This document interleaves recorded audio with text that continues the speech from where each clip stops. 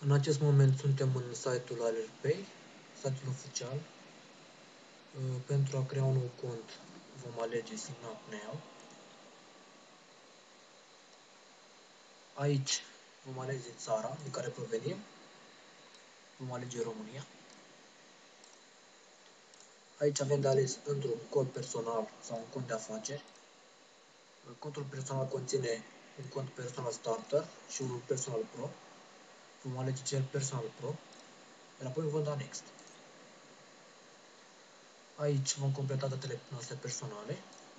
La first name vom scrie numele mic, de exemplu Ionuț.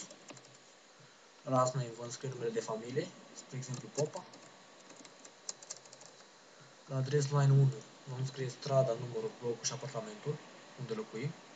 Strada Numărului, numărul 2, scara B, apartament 19. La address line 2 nu scriem nimic pentru că este opțional. La sit and town vom scrie orașul din care suntem, spre exemplu Timișoara. Regiunea tot Timișoara. Postal code. Aici vom scrie codul nostru poștal, da? Spre exemplu 700-900. Vă interesa dumneavoastră care este codul poștal. Country of citizenship.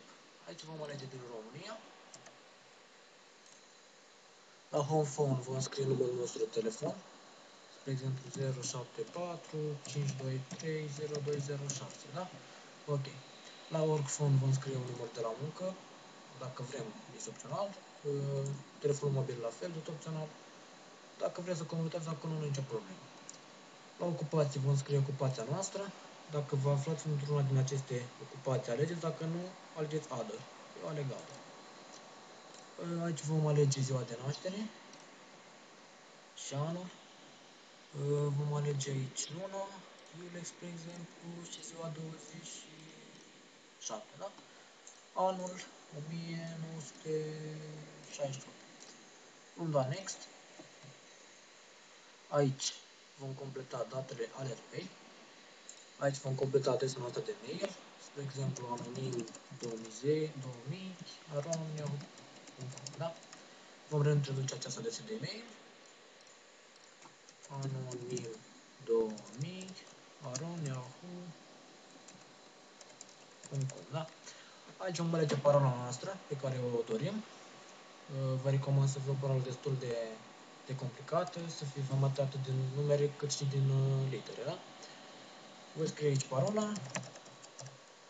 Vom reintroduce din nou parola. Aici ne cere PIN nostru de tranzacții. Acest cod vom folosi mereu când vom face o tranzacție AlertPay.